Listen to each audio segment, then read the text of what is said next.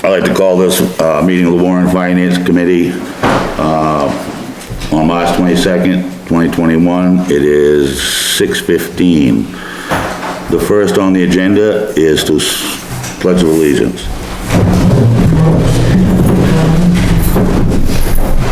Pledge allegiance to the flag of the United States of America, to the republic for which it stands, one nation, under God, indivisible, with liberty and justice for all. Well, the first thing, ladies and gentlemen, I'd like to have a motion to adjust the agenda to reverse Selectmen's policy and the petition. Make the petition number 4 and the Selectmen, number 3, and make the Selectmen's number 4. So moved. All in favor?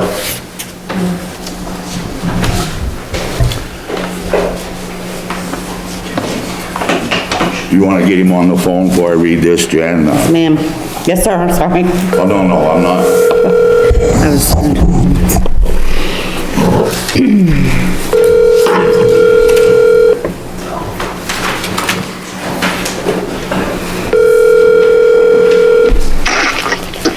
Hi, this is Jeff. Hi, Jeff, this is Jennifer. Hi. Hi, so, the Warrant and Finance meeting has just started. We were running a little late because we were waiting for, camera crew, so we're just getting started, and Dennis is gonna start talking. We wanna see if it picks up from where I'm sitting, so. Jeff, can you hear me all right? Yeah. All right. Article 2 of the warrant is submitted by voter petition. Are you in favor of establishing a town ordinance that reads, "No person shall spread, discharge, or permit the discharge of straight road salt, sodium chloride, salt, brine, calcium chloride, or magnesium chloride on any road within the shoreline district, resource protection district, or within 300 feet of water wells. Sand and salt mix used in the aforementioned areas shall not exceed 20%. Board of Selectmen recommends no, 3-0. Can I have a motion, please? Make a motion to recommend no on Article 2. Second it. Jeff, you want to explain to the Warrant and Finance Committee what your intentions are here? Well, I filed this under 30A 2522, and that's a direct initiative, and it's supposed to go from the people with the petition back to the people on the ballot. This extra stuff, I'm contesting it. I'm contesting this, and I'm contesting the public hearing that they say they're having, because that's not the statute that I filed that petition under. I put this petition out there to stop I started here on my own road where they were putting calcium chloride down on the road. I studied what calcium chloride does to the water. That led me to study what road salt does to the water from everywhere, not just Maine, but Minnesota, New Hampshire. All these states are having issues with their water and their wells from road salt. I think that the way things are going and the commissioners that we have, we're going the wrong way on the salt on the roads. I think that you can look at the Bowden study and the study they just did in 2019 that shows that the salt is killing the tiny little microorganisms that are eating the algae. And once them are gone, they don't come back. They're gone. And so the algae blooms, and then you can look at the comprehensive plan. The comprehensive plan states specifically that most of our money from this town, tax revenue, comes from the shoreline zone, people who live on the water.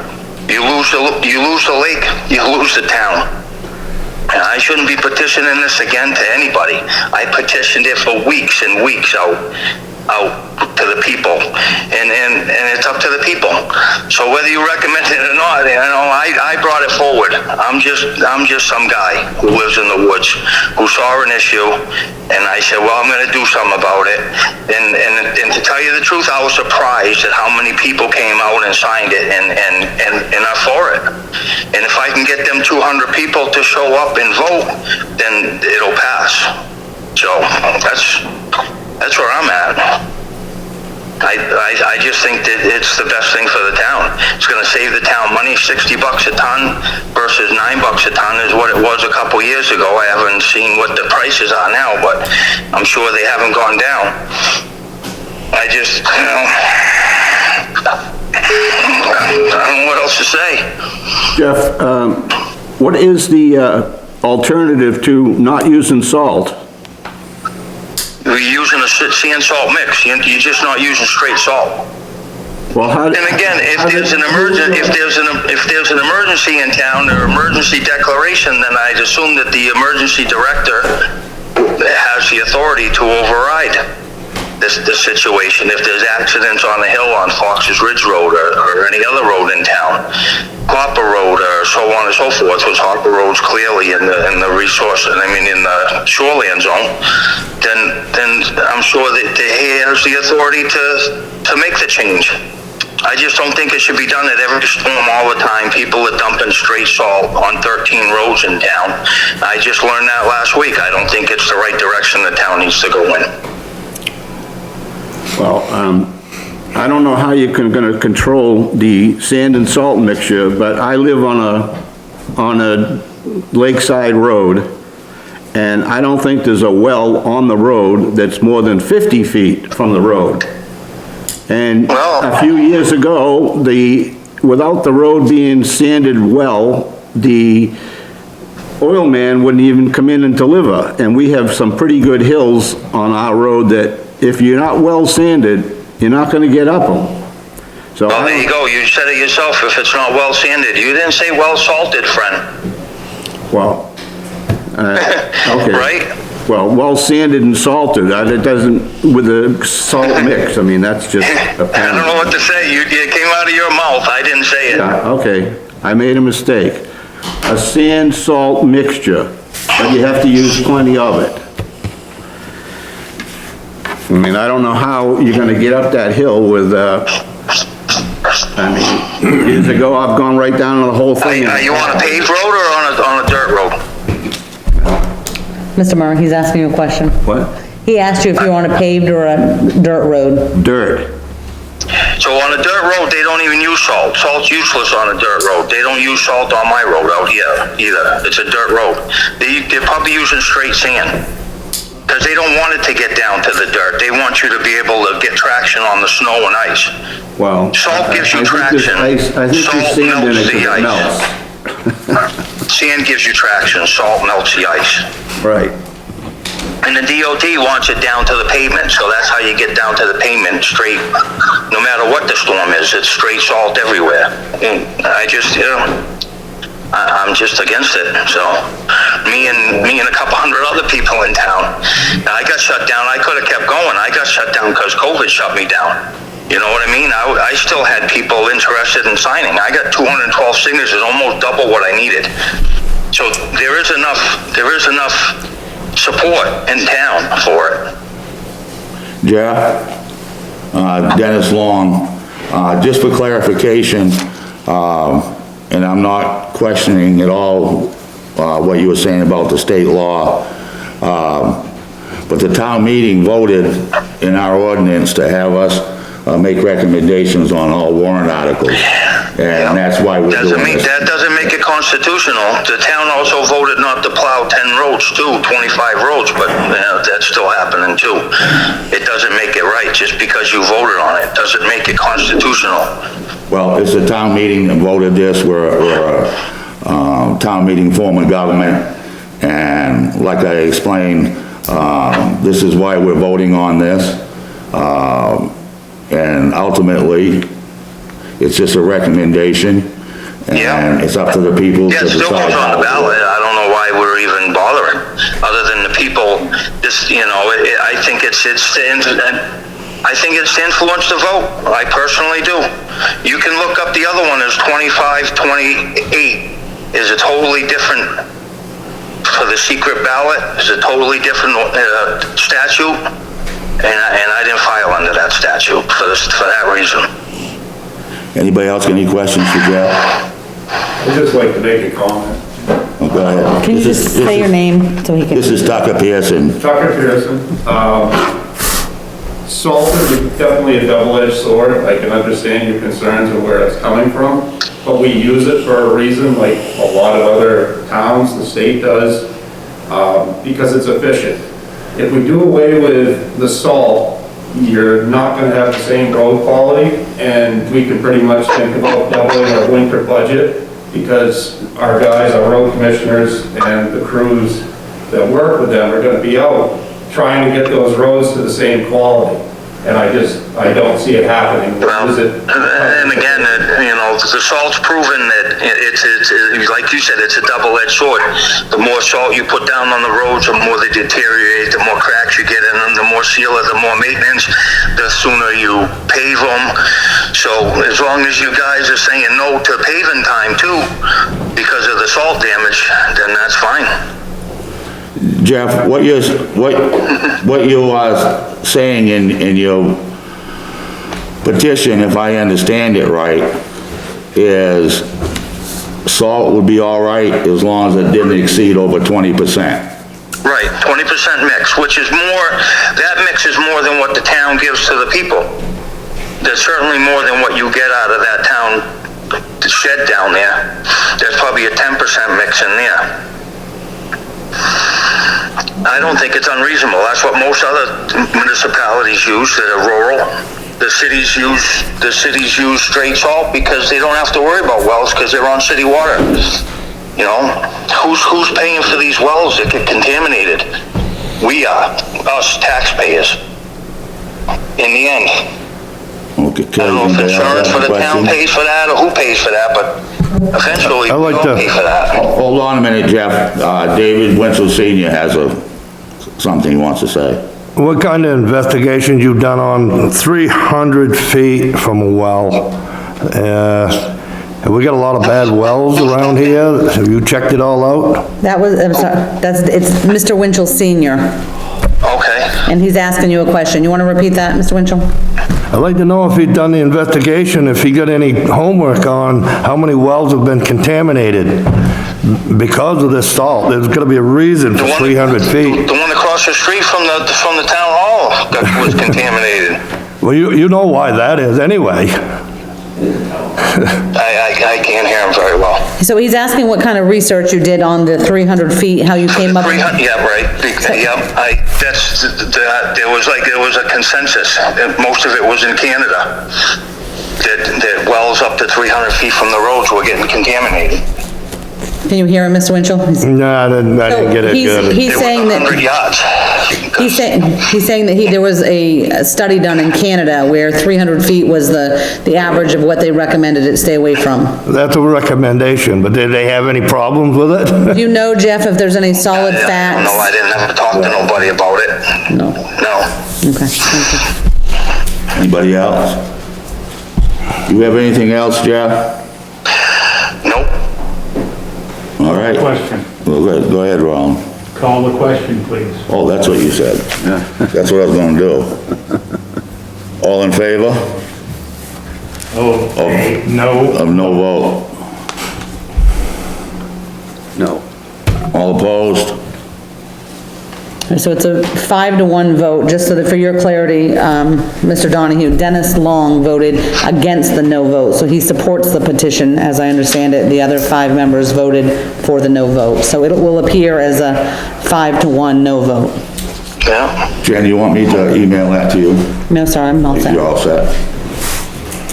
Are we all set? Okay. We're all set, as far as I'm, thank you, Jeff. I'll see you April 27th. Bye-bye. I'm all set. No. Everything else, Jen, is just conversations tonight, so you can stay if you want. No, I'm good. Nope, the board's got everything they need. Thank Nice you. day, I'm sure you'd like to leave. Thank you, Jen. I'm locking up in here. Set me alarm. Kim, Madam Chair, would you like to come up to the table, so that everybody can hear you just fine on your, selectmen's policy? Your rationale for it, and answer some questions.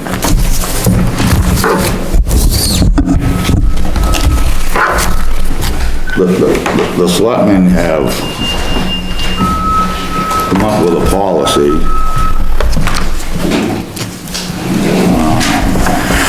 What do I do with it? On the Town of Acton, Maine Warrant and Finance Committee request for internal information policy. Would you want to give an overview of that, Kim, or do you want me to read the whole thing, or what do you want to do?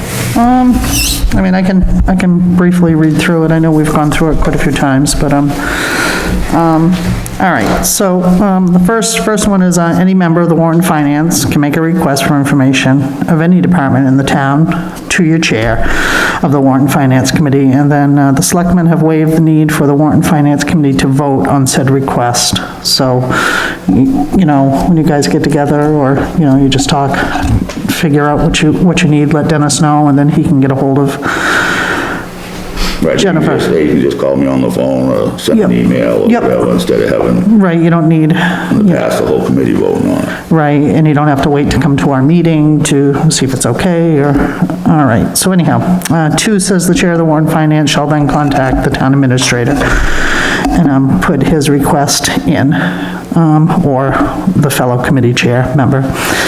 3 says the town administrator, she will immediately begin working on the request. She doesn't need to wait for our approval. Like I said, don't have to wait for the next meeting to ask us. All information will be gathered, then all of the emails, Jennifer will email all the information to the entire Warrant and Finance Committee, Board of Selectmen, and any department head that the information pertains to. If you'd like a hard copy, like if somebody, you know, just wants hard copies, she had said just make a blanket statement at the beginning of your term under the Warrant and Finance, and she'll make sure, you know, that gets mailed to you. The Board of Selectmen encourage communications between the Warrant and Finance, their liaisons, and the various department heads and committee chairs within the town. This policy is intended to ensure all information or documents requested from any town department or committee are distributed to all the members of the Warrant and Finance. It's not intended to prohibit communications. In an effort to maintain transparency and abide by the freedoms of information laws, meetings with department heads or committee chairs shall be held at a properly posted meeting where all members of the Warrant and Finance are afforded the right to attend. I have a question about that. Go ahead, Virginia. So let's see if I can answer it. And it says, you want a hard copy, documents can be mailed to them at home. Unless they're out of state, why can't you just put the item for them in a mailbox out here, they can pick it up? Because the reason I say that is, the last time there was a slug of paper that came out to us a week or so ago, it was $3 a package. You know, I mean, and the postal rates don't ever go down. No, they don't. I mean, if you're out of state, that's one thing, but if you're around here, can't you come by, or Right. anybody else that is going to, come by and get it out of the box here in the lobby? Well, I guess, you know, when we say hard copy, the person could, you know, let Jennifer know, you know, obviously, Right here it says mail to their home. right, I don't think mail to their home should be the norm, okay, just because of expense. That's my point. okay.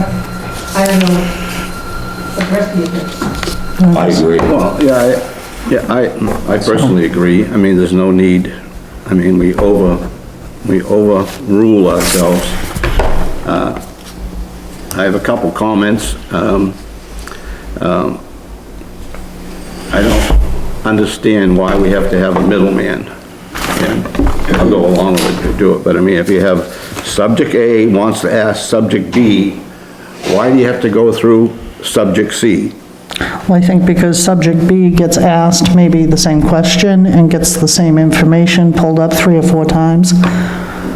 Why does that happen? Why doesn't, why? Because the information didn't get brought back to your committee, so then some people were like, we didn't see that, we didn't get it. So we're trying to make sure that when somebody asks a question, anybody, everybody gets it, so then, But if you go to B directly, and somebody else goes to B, B can say, I just gave that to Dennis, go see him.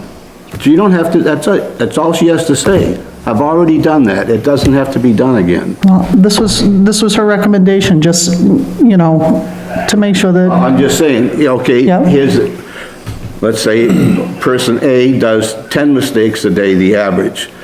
B does the same 10 mistakes a day, and so doesn't C. So now you get 10 chances of error, 10 chances of error, and now you intersperse another chance of 10 errors. I mean, it just, when you do the analytics on it, middlemen don't make sense. I mean, you just, and I don't think everybody should get the information. I mean, I got that package the other day, and, I mean, I looked at it, but I don't know nothing about the fire department. I mean, I don't even know what a dry fire hydrant is. What's a I never heard of a dry hydrant. I mean, that's what, I mean, they send me this information, I know nothing about his budget. I mean, I don't need it. I would expect that the person that requested it would come back to the meeting and say, okay, I've looked at the fire department budget, and these are the items that I have. I don't know.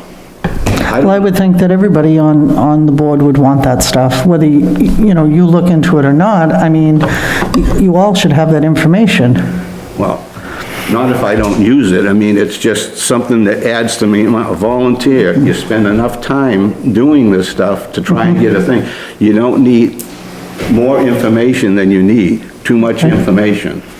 That's all. Okay, I mean, Can I add to what I said? sure, go ahead.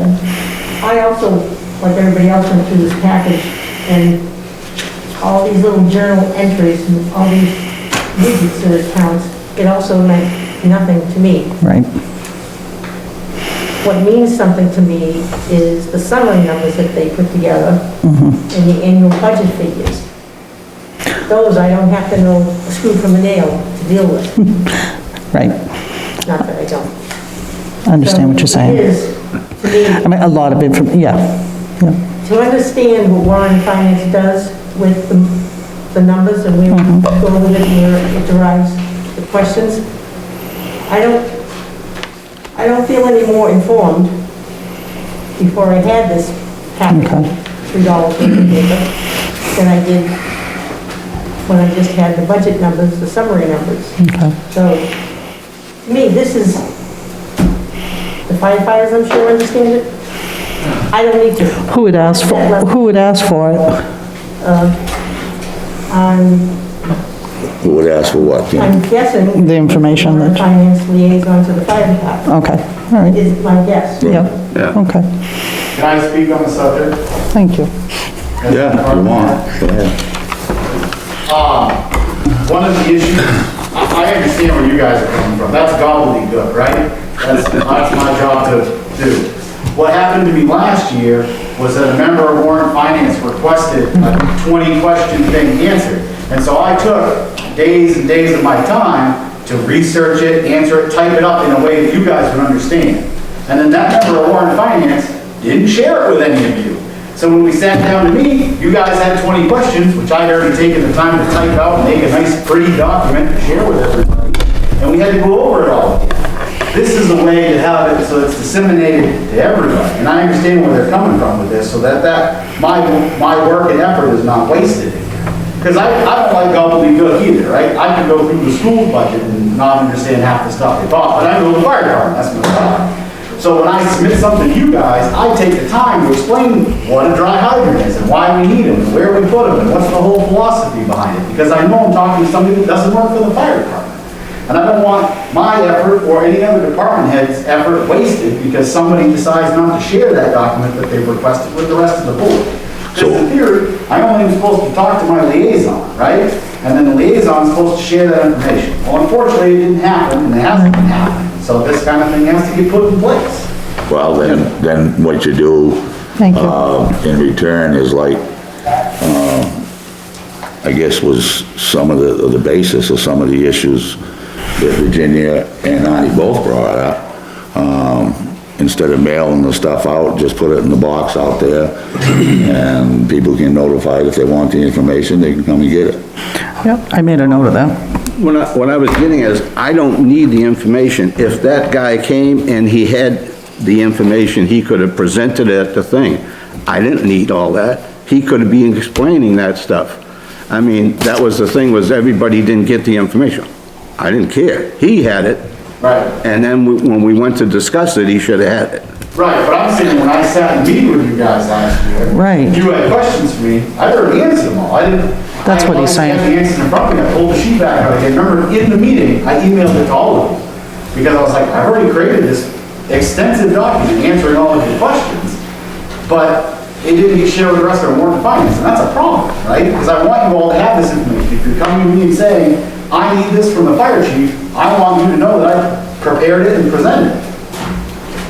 Again, if we did a hard copy, put it out in the box, and even going by what your guys' policy is saying here, everything has to go through the chair anyway. Right. And if people let me know they wanna see the information, I'll notify the town administrator. And if 3 people wanna see it, then they can see it, and if that's all that wants to see it, then that's all the copies that'll be made. I think that's a lot simpler solution, you know, for everybody. I mean, normally, the purpose of liaisons, I'll use the school for an example. Virginia and Rollin have done the school for quite a while, and they really have a pretty clear understanding how the school works and what their numbers are and stuff.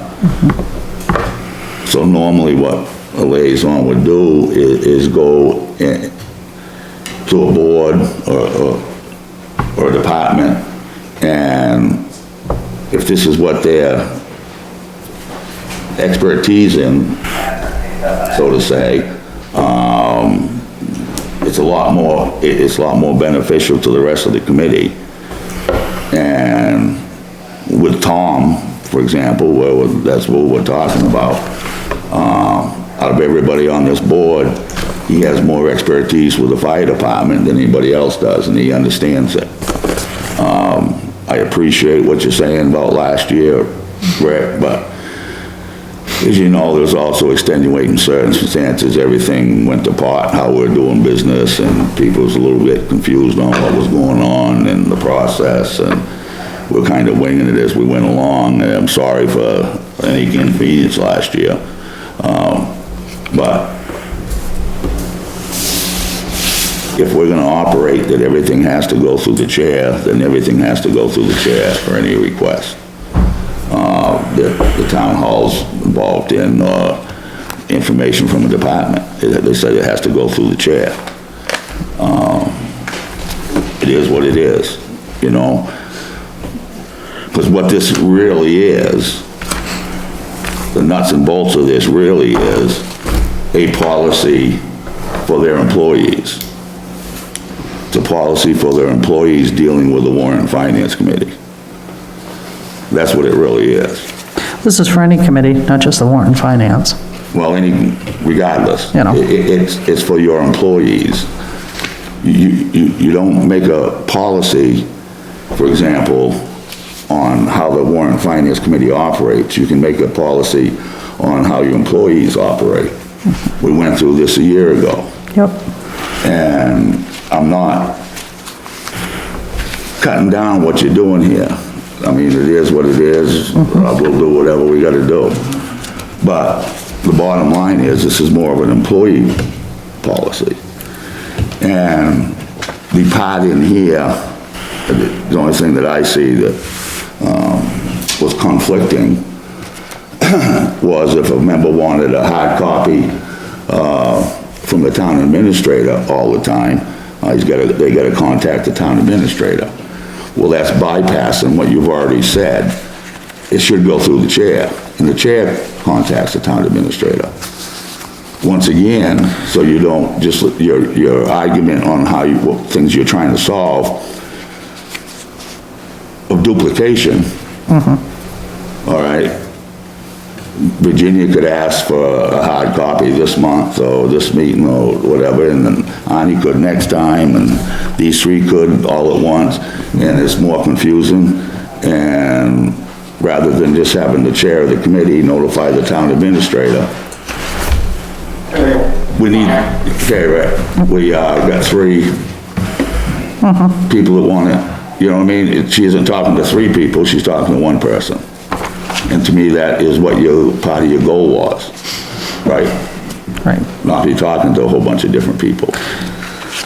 Well, there's no reason why we, if somebody wants a hard copy left at the beginning, when you have your very first meeting every year, everybody decide, you know, and let you know. Right, it You goes can- through the chair. You know, and then the That's chair how can the- tell her, that's fine, how the that rules can be, work. that's not a problem.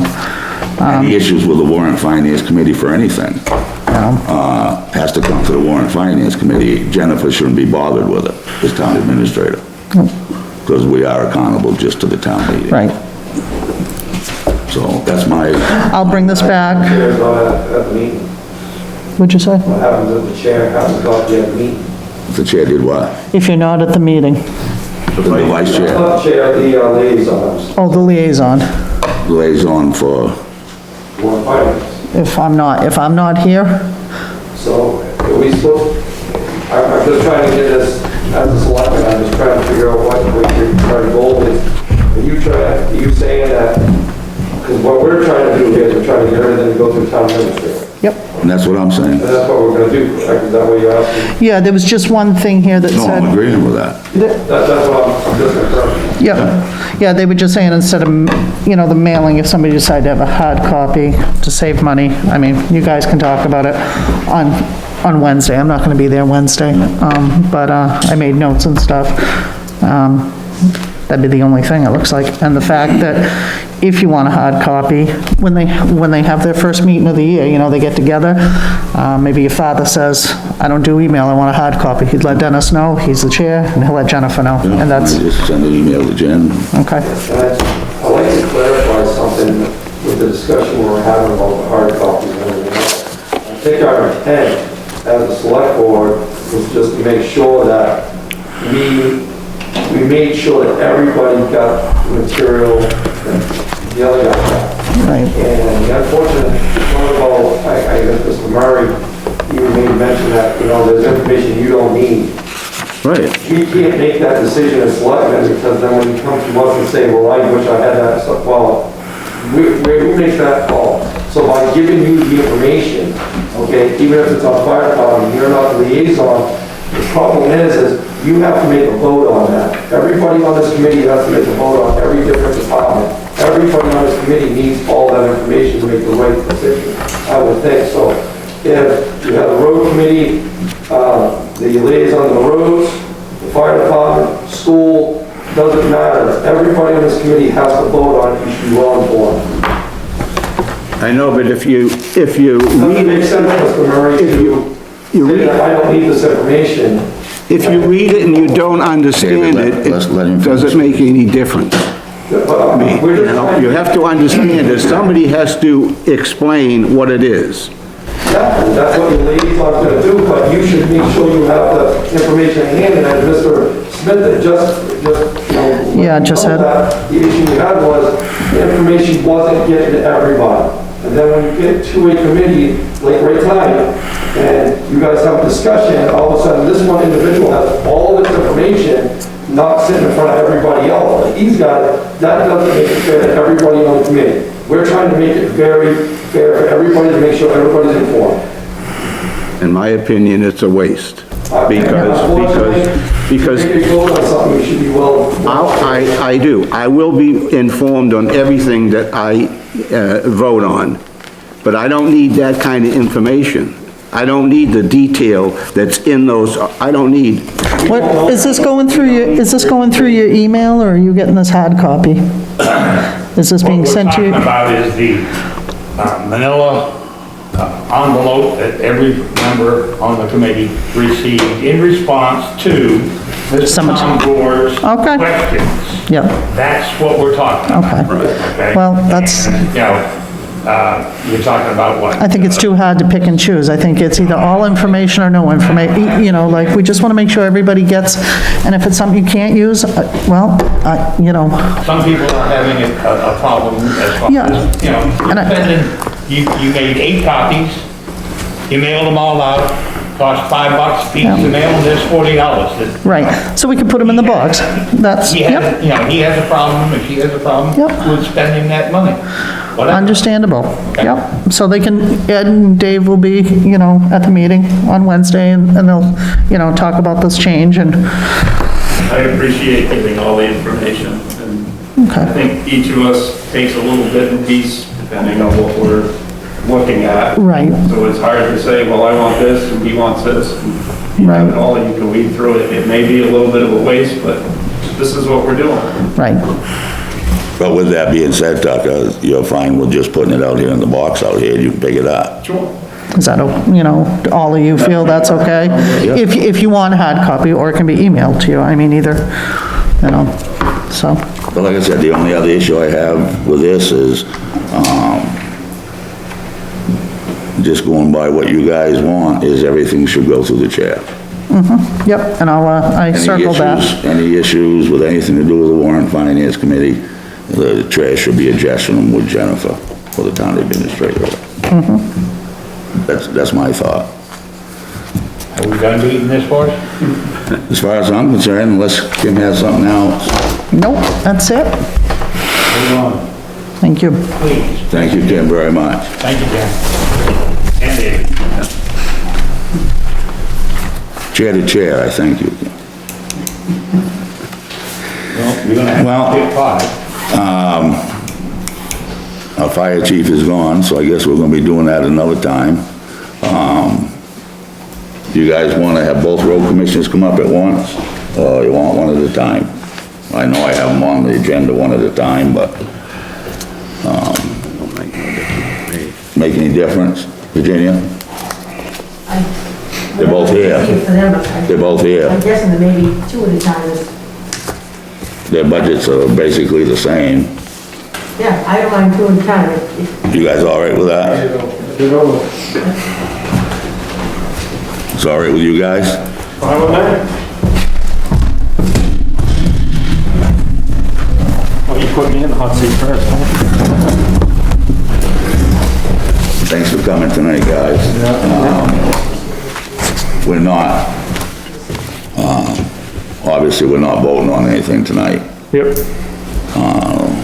This is just a public meeting to explain to us, what your intentions are, where you're gonna be spending the money and, things like that.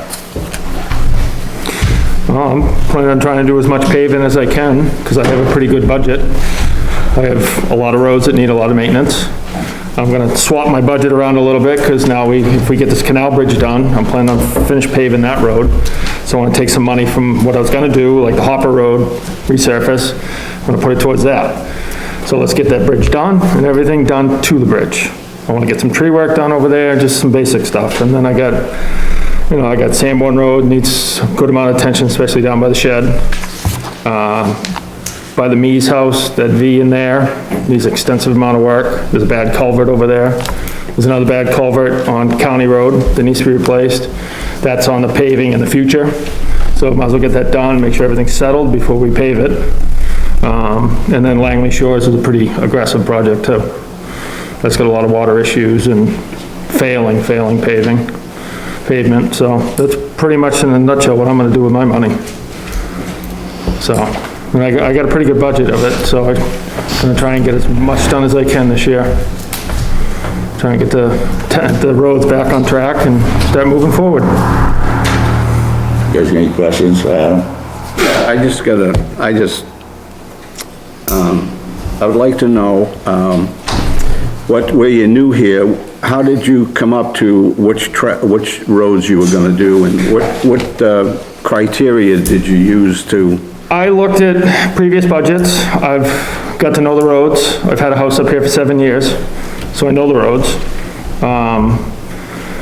I've asked a lot of questions and learned a lot. But but I'm trying to find the biggest problems that need to be addressed first. And I want to work on the biggest headaches, and then work my way down to something easier, hopefully.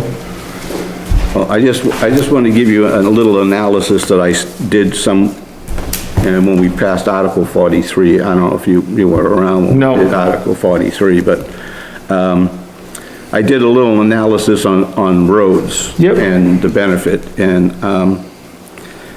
one of the roads that I happened to compare Langley Shores Drive with, along the road, the lake there, was Sanborn Road. And, the Sanborn Road, contributes in taxes, oh, I have it here.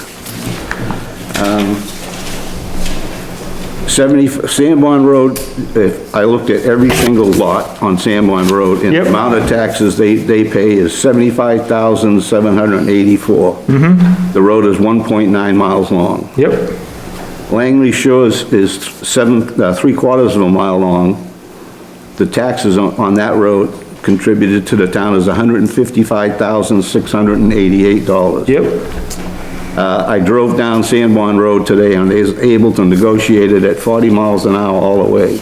you gotta be careful down by the sand shed. I know. There's a good chunk missing. Right after Yep. Hutchins and down the other end. Yep. Farm Road. I did see those places. The question I have is, to me, the road is something you probably are familiar with, is Buzzell Road. But that's not, oh, trust me, I know, I live on it. I know. But- I gotta go over it too. And the traffic count on Buzzell Road is, according to the state DOT, was 310. Average, whatever the AD, Yep. the thing is. Sanborn Road is 390.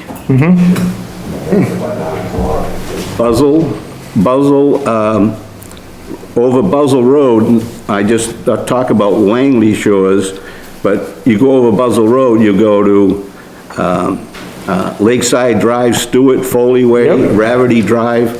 That comes up to, from the 39 properties on Langley Shores to 143 that different families are Yep. going across. So, I mean, there is a lot of criteria to look at on when you're doing your paving, and I know you live on that road, Oh, yes. and you know what that does to every strut, that every bump you hit there, there's going bang. I don't mind the bump by the Bickford's house, because it slows people down from doing about 80 down that road, because I live in the first house on the right, and those people can fly. They get a good running start. Buzzell Road, just to resurface, Buzzell Road is $110,000, just to do a shim on that. Not do any major work, no do any culvert work. That road really needs to be ground down, some of it. So it's gonna be, it's just not in my budget. So I'm trying to pick another road that's well-traveled, that needs work. I mean, there's a lot of roads that need work. But I'm just trying to pick and choose. That road got pretty chewed up this winter. I figured, okay, let's just address this before this escalates into something way worse than what we have. So that's why I'm gonna do the lower side of it. The upper side's fine for now. I got a bunch of ditching work to fix water issues and stuff like that, but, you know, that was my plan. Where is reason. Buzzell Road in the future?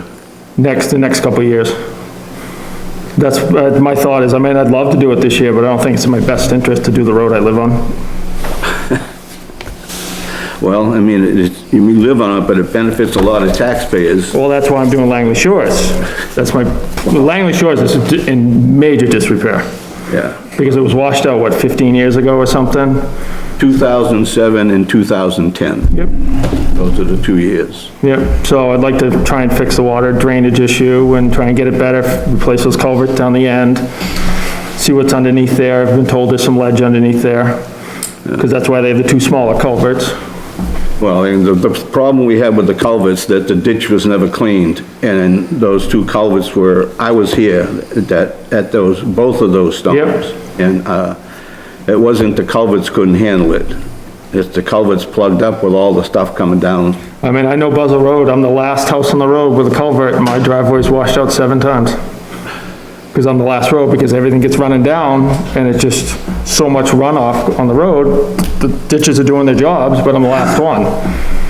You know, my culvert needs to be enlarged, and I'm gonna do it on my own, just to make it bigger, so I don't have to do my driveway anymore. And fix the ditch in front of my house on my own. But, you know, well, I see the disrepair in these roads, and County Road's a perfect example. That road needs extensive amount of work. That road is terrible. I just filled a pothole the size of this table the other day. It was swallowing up my plow truck. I understand, the roads in this town are terrible. So I'm gonna pick and choose and figure out what's traveled roads, and, you know, I see the travel that goes down Sanborn Road just sitting down at the salt shed. You know, they come up and down, up and down, up and down, you know, so it's a good cut through to get through to the H Road and different roads. The school, it's gonna take the people, the buses, everybody goes down Sanborn Road. How many people did you say again goes on Sanborn Road every day? Well, I didn't say it, the state says it. The state says it. The state says 390. By 9 o'clock. School days, it's quite busy. And especially down where we are, that school area is where I want to take care of too. Because Truck traffic. there's a lot of truck traffic too now. I appreciate what you're saying, Yep, but Arnie's going by stats from the state. yep. Well, no, that's fine, I just wanna know what the number was again, And, so. that's what you have to go by. Yep. Is what is in front of you. you Yeah, know? oh, absolutely. No, understandable, you know, everything's a valid question. Right. Do we know when, just out of curiosity, how often does the state do that? The count? I don't know. Well, I don't know. I'm just curious. They sure don't do them every year. I think it was like 3 years ago they did it again. 3? Yeah, cause they put counters up on Acton Ridge, they put one on the H Road. I don't think they do all the roads at the No. same time, because if you look at that chart, that count was given 2 years ago for, Sanborn Road was, in 17, and the one I'm using for Buzzell Road, it says right here on the count book, it says, average, whatever AADT is, and it's, 17 to 19, so it was, they didn't, my interpretation is they didn't count it the last couple years. Yeah, I was gonna say, I've never seen a counter on that road in 7 years I've been up here. Well, they did it from 17 up sometime.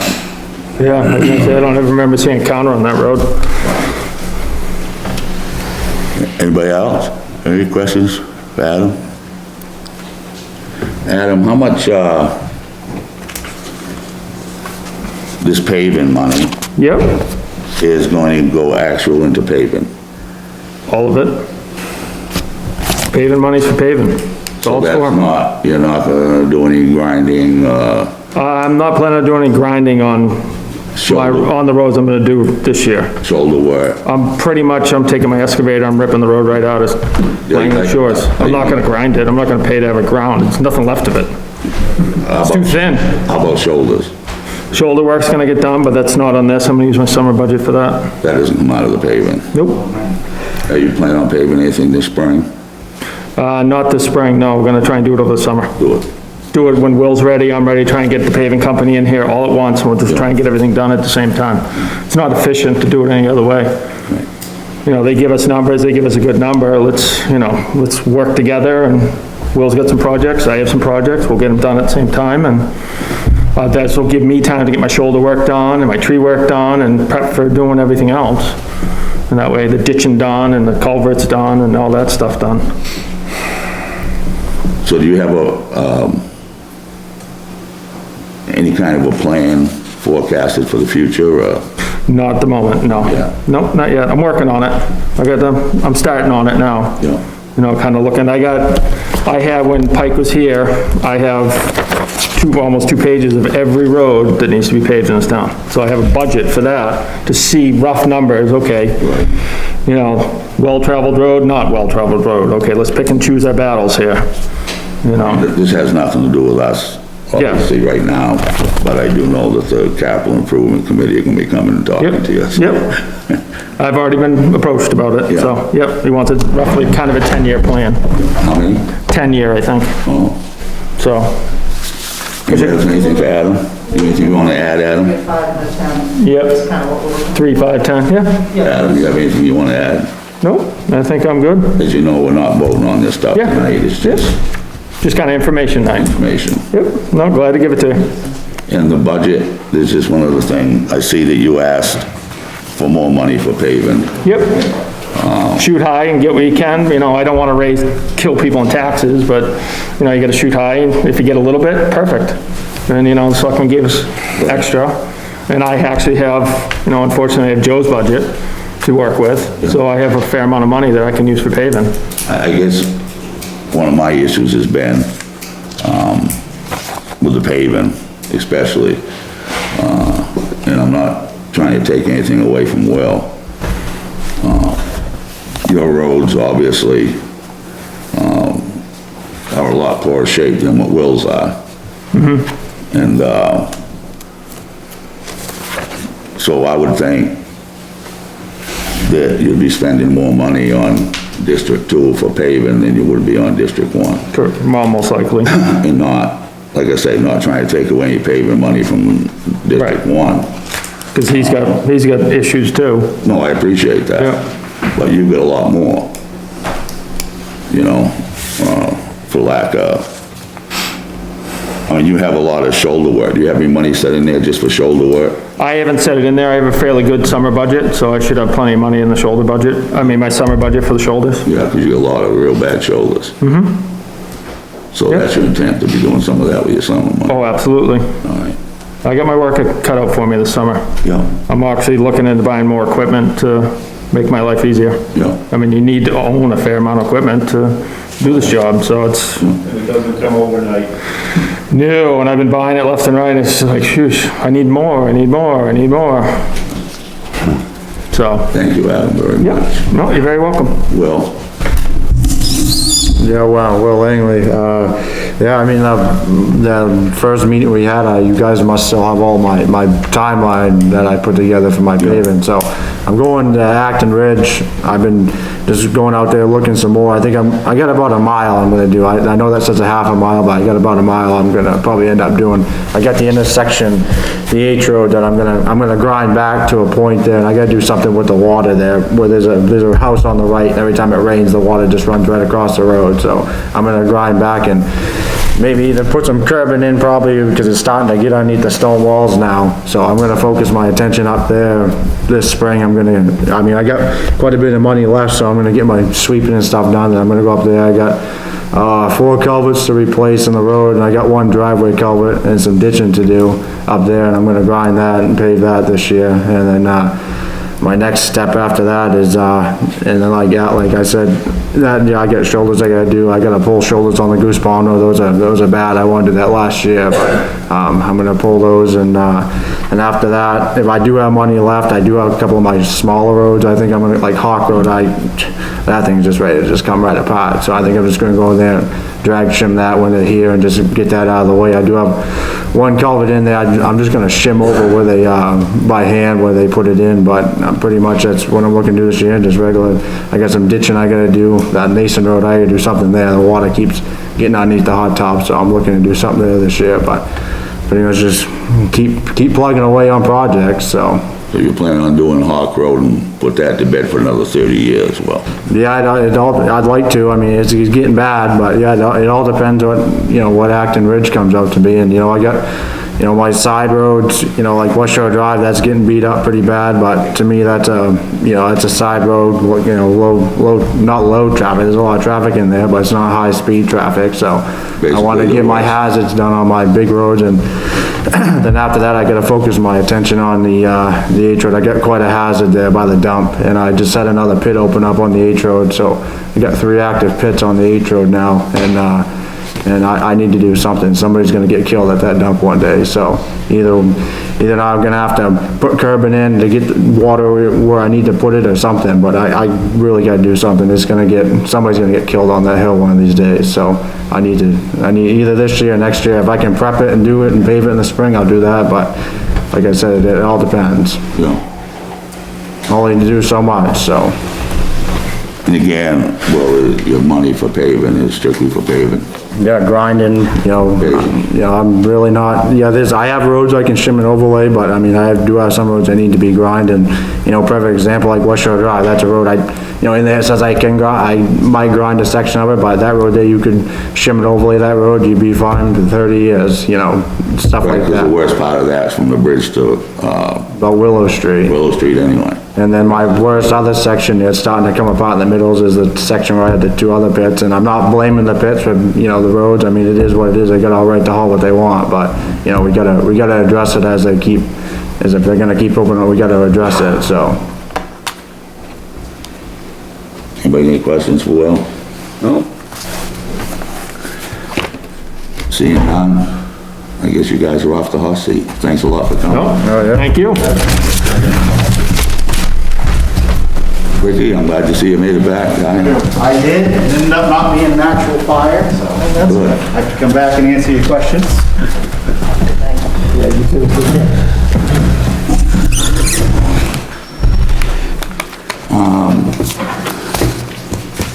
Ricky is basically asking for a new employee this year. Kind of, Well, that's what it is. yeah. And a generator. Is this two big changes in your budget this year, basically? Right, Rick? Yep. Do you want to talk to them a little bit about the differences in what you're looking at? Or do you want to just go to questions? I can give a brief overview, absolutely. So we're adding an employee. It's a spot that's already filled by per diems. So the hourly rate is already there. I'm asking for additional money to cover the benefits so we can make that a full-time position.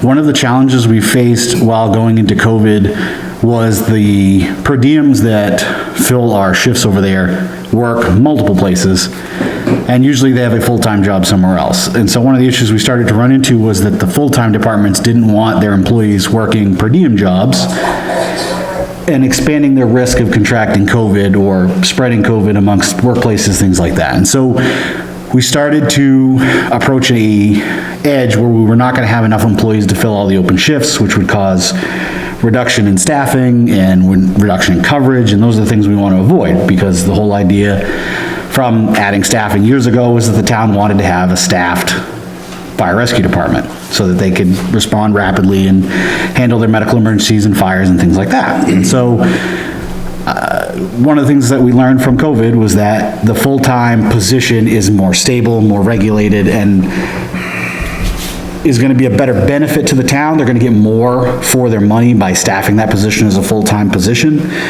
The two full-timers that we have now take on more work than per diems do. Per diems come in, they work their shift, they go home. They don't really have any more investment in the department than that, beyond some of our per diem employees who are also our call members, ones that have work and live in the town and also respond back on emergencies at night and things like that. So the full-timers, Mike and Sharon, take on more work. Mike does QA, QI, Sharon assists with day-to-day operations, billing, things like that. And so they take on workload. Basically, as we spread the work amongst the employees, there can be more forward progression. We can take on more projects. We can be more active in the community and do more things. I talked last year extensively about all the things I wanted to do, and then found out we couldn't do any of them because we couldn't meet, or I couldn't go to people's houses, or I couldn't do any of the stuff we wanted to do. So going forward, we're going to continue to do that. More outreach, more work in the schools, more work with the elderly. I want to continue to create a better environment in the town, both fire and medically safer for the people that live here. And so having those positions allow me to do that. They allow me to take some of that workload of doing more outreach and more projects and put that on that person who's going to be consistently there. So that's why I asked for another full-time. The generator was put in when the building was built. We've had consistent problems with it in the last couple of years that have been getting progressively worse, and so it's time to be replaced. The generator was installed in 1998. It's 2021, so I feel like we got, a pretty good life out of it for a generator that gets pretty consistent work. It not only powers the fire department in our daily operations, But it also, remember that the fire department is a shelter for the school. If the school has to be evacuated for certain circumstances, they're evacuated to the fire department. And so I think it'd be important if we had power there in an instance where they had to get evacuated, where we lost power in the grid. How big is that generator again, Rick? I know I asked you that before, but I forgot. Yeah, I double checked today, 48 kW is what the, 48 kW. yeah. And how big is that other generator that's supposed to be around here somewhere? It's 100,000 kW. It's 100 kW. What's that? You're talking about the one that's at, in the barn? Yeah. Yeah, it's supposed to be another. Yeah, it's a twin to the one that's down the school. It's 100,000. Correct. I've been trying to get it to the school. Or 100? 100,000. 100,000 kW? Yeah. They came from Lydell. I know where they came from. Lydell changed over to propane. And I've been trying to get the school to come take it back for a while now, but it's hard to coordinate because it's not an easy piece of equipment to move. We're not gonna throw it in the back of a pickup, so. Rick, what would be the harm in having a generator at the fire department that was too big? Do they make them too big? You know what I mean? I mean, I know it's not, sometimes it's, obviously you wouldn't want a $200,000, 200,000 kW at the fire station. But if the one that you need is the 42? 48. 48? Yep. That's what they, when I knew that this was coming, you know, you reach out, you start to do stuff. Sure. I know fires. I know paramedic stuff, that's my world. I don't know generators. So I called 2 different places, spoke to their people, spoke to the electrician that we use in town who also services and set up the generator here at Town Hall, got their opinions, and that's the information that I'm forwarding along to you. So I would not sit up here and try to pretend to be an expert on generators or power need or anything like that. I call the experts on that. Well, what they could do, because I did this at the school, is you have an electrical engineer come over and they go through your stuff, and and quite often these companies have somebody that's qualified, and they go through your stuff and then they tell you what size generator you need. Yep. For maximum and minimum. Now that 100,000 down the school isn't big enough to run everything, okay? But what that can do is, normal times, you can keep everything going, but it'll keep the water going, it'll keep the building warm, so nothing freezes up. Right. And basically, that's why you want one anyway, you know, heat and water. Yep, and we need, you know, power to door systems. No, I appreciate all that. Yeah. I mean, but the real necessities are the heat, keeping the building heat, so you don't freeze up and, lose everything you got over there because of a pipe froze. Right. Have you had anybody come do that? Yeah, so I had the generator company that we were currently using, Which is, Generator Connection. well, I mean, that's the contractor that services the thing. Right, they come out and make a recommendation based on your building, what you have. They have arms, right? no, The I service agree. arms calls over to sales arm, says come out and do an assessment and. These are the guys that do the installations and stuff, service them. Correct. And then we had another company at a Saco PowerPoint, who is the one that did the one here, had them come out and make a recommendation, and that's where I got my numbers from. I mean, we had quite a bit of problems with this one out here in the beginning, for Yeah. quite a while. So you've reached out to installers, you really haven't reached out to, Generac or whoever, because what all these companies do is they have people that are licensed through them to service these different generators. You know, that's how it works. you know? Right. No, I mean, I reached out to the sales, who's going to ones that we're gonna be buying the generator from. I also reached out to our electrician, the town's electrician that they use, Norman Electric, for everything, and said, who's helped us with everything else, is what's your recommendation? What would you do here? You know, what do you think we need to operate? Because, they have an intimate knowledge of our day-to-day operations too, you know? They keep us running. And so, I sought guidance from those different groups. I mean, I'm not disagreeing that you need a generator. As you probably know, I had sent Jen an email asking you what the specs were on how you come up with this $25,000. And I think that's a legitimate question. Yeah. Oh, And hopefully, in a couple of weeks, hopefully we're gonna be voting on this stuff, and hopefully we'll have the answers for that, you know, how you derived at this $25,000. I can tell you right now if you'd like to know. I came prepared for that. So that number came from calling generator connection, the one that I said, okay, what would it take to replace what we have now?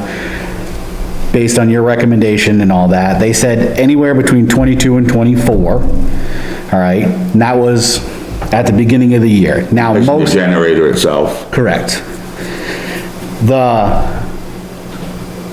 They said also that may go up because in the spring, summer, a lot of like the models change. And so now the new one costs more. And then I called our electrician, who also is intimate with our generator over there, knows about all the operations and stuff, and said, okay, what would we do to replace it? He said you'd buy the generator from PowerPoint, they would come drop it on the pad, I would do the electrical hookup, and gave me a number that was within that same range, closer to 20,000. So, but he said, that's a big but, because once we get in there, we don't know what other systems we're gonna have to replace. Because that system's already been hybrided once. When it was installed in 1998, the generator itself was installed, it had its own switch system and things like that.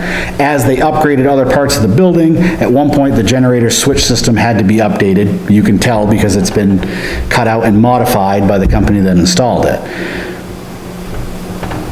I wanted to have enough money in that line that if we got in there and we found we had to replace more things, we could complete the project.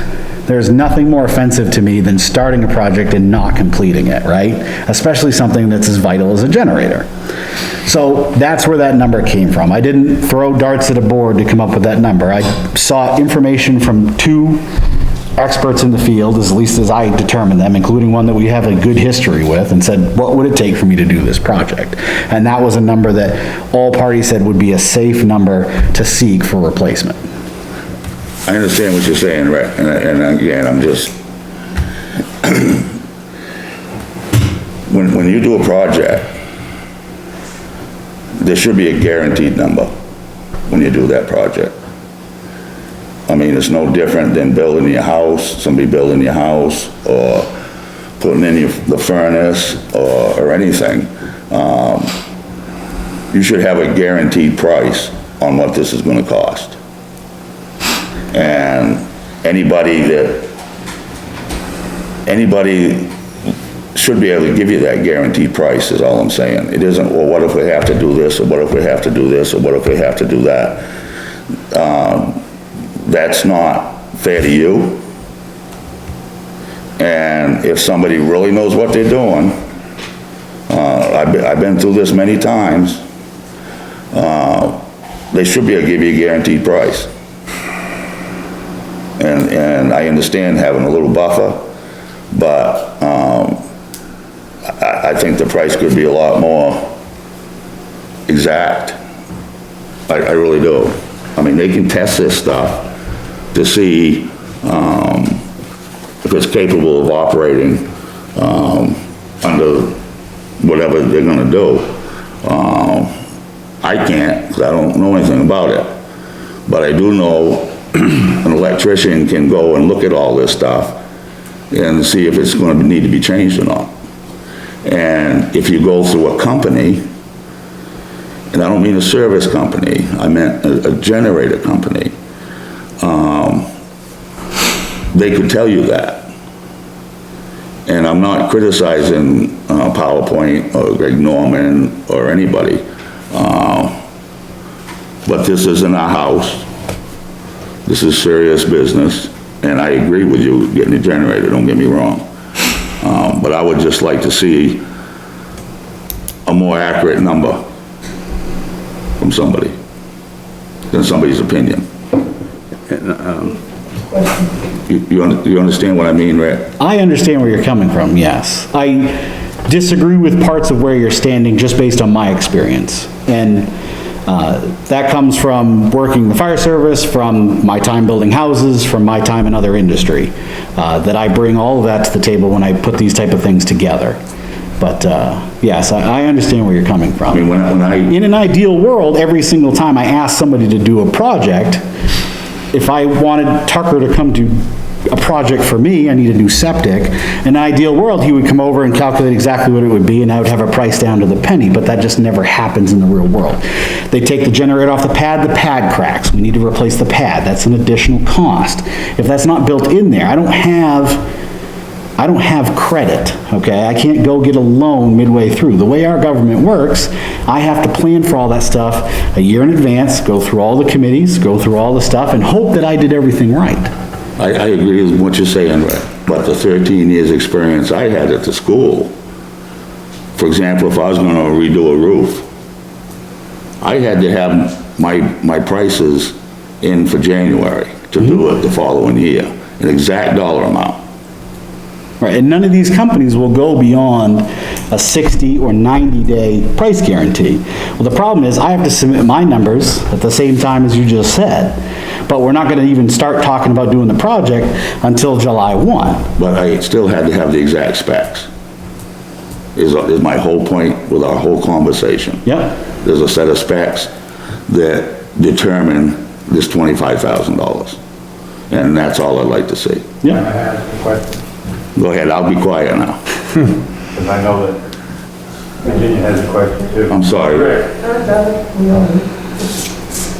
what size are you going to replace this generator with? The same size or slightly larger? It was this, I was going off of the recommendation they said of the 48 kW. Okay.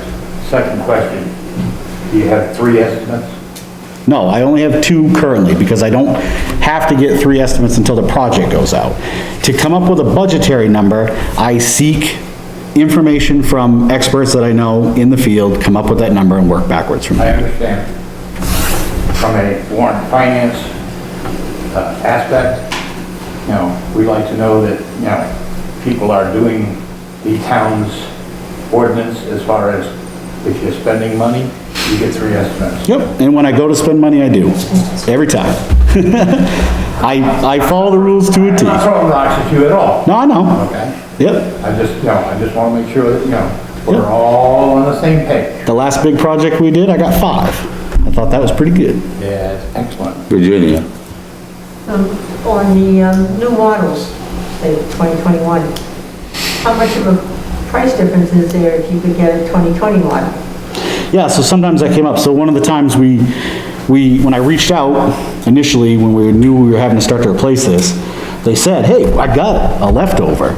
I'll sell it to you right now. I was like, that would be great. If I was a private business, I'd buy it right now. But because we have to go through this process, that might not be there, and they're not gonna hold that. Because one of the ones they had left over was I wanna say it was like a Cummins diesel style, and it was like a couple grand cheaper. But because of the processes we have to go through as local government, they weren't gonna hold that. And I don't blame them as private industry either. They need to make their money. So, I mean, if when we go through this and there's one available that saves money, I'm gonna go that route. Well, I want to know that it is compatible. Yeah, as long as it's same for same, but now they got cool red stickers instead of cool black stickers like they do on cars, Yeah. I'm gonna go with the cheaper model. Yeah. Okay. Yeah, I just got this sort of indirect pertains. When they got the bid for the generator out here, the article read for purchase and installation for $8,800. It was never being able to be installed. They had to appropriate, I don't know where the money come from, but it was, oops, we made a mistake. I don't know who it was it whoever the people they brought it from or everything, but they didn't do it for the amount that was allotted to them at the town meeting. I don't know where they got the money to finish it, but, I mean. Yeah, and I try to do stuff above board. I don't wanna sell you this and then show up with this, you know? I'm gonna try to give it to you as straight as I got it, you know? I believe you. I get no problem with you. Yeah, absolutely. No, that's just history. Yeah, no, yeah, and history is important. Dennis and I talk a lot about it. No. You need to learn by it. Yep, absolutely. Learn from your mistakes. Anybody else got anything for Rick? No. Excellent. I'll be seeing him in about a week. Yeah, hey, Thank we you can go very much, count, sir. Roll, we can go count hose pieces together. And if you wanna learn about dry hydrants sometime, sir, you come see me. I'll teach you more than you ever wanna know. What do you do with $2,000 for a dry hydrant? We install them. We put them in. We buy the pieces, we install them. Oh, I thought you was maintain it. I was gonna say, what do you do with a dry hydrant? Yeah, so dry hydrants, basically what we do is we put them in different water sources around town, so when it's froze, you know, when mouse and whatever's froze 3 feet deep, we can still pump out of it. And we haven't done that for years, Rick. We did it quite a while, we did it quite often, and then Installing for hydrants, some reason they kind of fell by the wayside. different administration for a little while in there. We put the one down to school. Now somebody that understands rural water supplies back in, we're gonna start doing them again. Yeah. Because, and I'll tell you guys, I think I talked about it last year, but once that tanker comes in, and we get a few other bugs worked out, we're gonna be working on ISO rating stuff. So ISO rating applies to the insurance that everybody pays. And if I can get all our ducks in a row and lower our ISO rating, everybody in town whose insurance company uses ISO ratings will receive insurance savings. Because right now, we have the worst rating possible because we're a rural town and it hasn't been tested in 10+ years. So it's time to test again. Now, if I can get everything lined up, get everything just right, with the new tanker's gonna help a ton, we can do that, we can save everybody money. But that's gonna be a big project. It's something I'm looking forward to doing. I think you can save yourself, people can save money on their insurance now by calling their insurance and telling them we have a full-time fire department. Correct. I answer probably 2 to 3 phone calls / emails a week from insurance companies who don't understand that we have staffing, that we have the trucks that we do, that we have the hydrants that we do, and that our ability to get rural water supply. So I explain to them for hours on the phone sometimes, because they're like, you don't have fire hydrants. You're like, right, we don't have fire hydrants, but we have lakes. And they go, well, how do you get water out of them? So then I tell them how we get water out of them. It's part of my job. I like the teaching part of it, but yeah, it's definitely funny to see. That was the thing, I got a rebate on my homeowner's insurance because you got a full-time fire department, and they said, well, you near a hydrant? And I says, well, not a hydrant, but a water source. Yep. I said, I'm less than 100 feet away from the water source. Yep. Yeah, if anybody has questions like that, my email's on the town website. I'll be more than happy to help them. I think if, I'm always down with saving money myself. they just gave it to me just on my word saying that, you know, this is, I mean, they Yep. probably knew And I've had to- anyway, somebody else probably, I've had to draft letters before for people and stuff like that, and I have no problem doing that. You know, some people's insurance companies kind of balk at insuring them, and then I'll write up a letter with all the information and all that, and I'm more than happy to help. Thank you, Rick. All right. Thank Yep. for You guys have a good putting up with night. me tonight. So what? Thanks for putting up with me tonight and grilling you a little bit. You're always a delight. We have fun. It's You good. know, we'll see you at town meeting. Yes. Let's hope for like a day like today, I right? hope so. It's always a million degrees. Thank you very much. Yeah, you guys have a good night. thanks for, Before we adjourn, we have a meeting scheduled next Monday, to meet with, the municipal officers, to go over their budget. I would like to know tonight, do we need to set up a thing with, the transfer station? Is that pretty? No, I don't think so. Do you think so? Transfer station? Yeah. Bob's budget should be pretty, Pretty even, straightforward. yeah. I've already been talking with him, Right. as far as, The other one. whatnot, and, I don't see any major problems there at all. David, had a list of questions I wanted to do you want to have Dennis ask. speak to the transfer station? And I kind of. again? Do you want to speak to the transfer station about their budget? Do you see a need? Nobody else sees a need? I don't know, thought I was on the road part there, but I haven't been in on any of them, so, We haven't done anything, nothing. Haven't right? met with The road selectmen, committees haven't been met at all? not that I know of, not since our meeting. Yeah.